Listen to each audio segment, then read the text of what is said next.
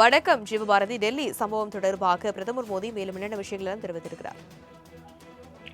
அ டெல்லி செங்கோட்டைக்கு அருகே நேற்று நடைபெற்ற அந்த கார் குண்டுவெடிப்பு சம்பவத்தின் தொடர்ச்சியாக நேற்று இரவே முதல்கட்ட விசாரணை சார்ந்த விஷயங்களை மத்திய உள்துறை அமைச்சர் அமித்ஷா அவர்கள் பிரதமர் மோடியிடம் தெரிவித்திருந்தார். இந்த நிலையில் பூட்டான் நாட்டிற்கு 2 நாட்கள் பயணமாக இன்று காலை கிளம்பிய பிரதமர் மோடி அங்கே ஒரு மிக முக்கியமான நிகழ்ச்சியில் பங்கேற்று பேசும்போது இந்த டெல்லி கார் குண்டுவெடிப்பு சம்பவம் தொடர்பாக மிகவும் மனவேதனை அடைந்ததாகவும், இது சம்பந்தப்பட்டவர்கள் யாரும் தப்ப முடியாது. நிச்சயமாக நீதிக்கு முன்பாக அவர்கள் கொண்டு வரப்பட்டு நிறுத்தப்படுவார்கள் அப்படிங்கிற அந்த விஷயத்தையும் குறிப்பிட்டு பேசியிருக்காரு.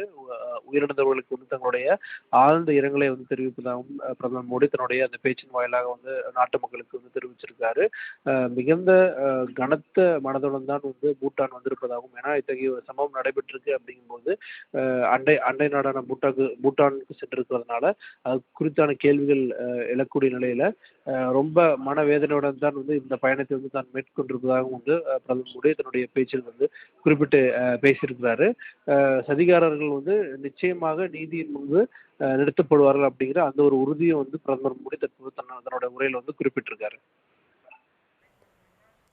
விவரங்களுக்கு நன்றி ஜீவபாரதி.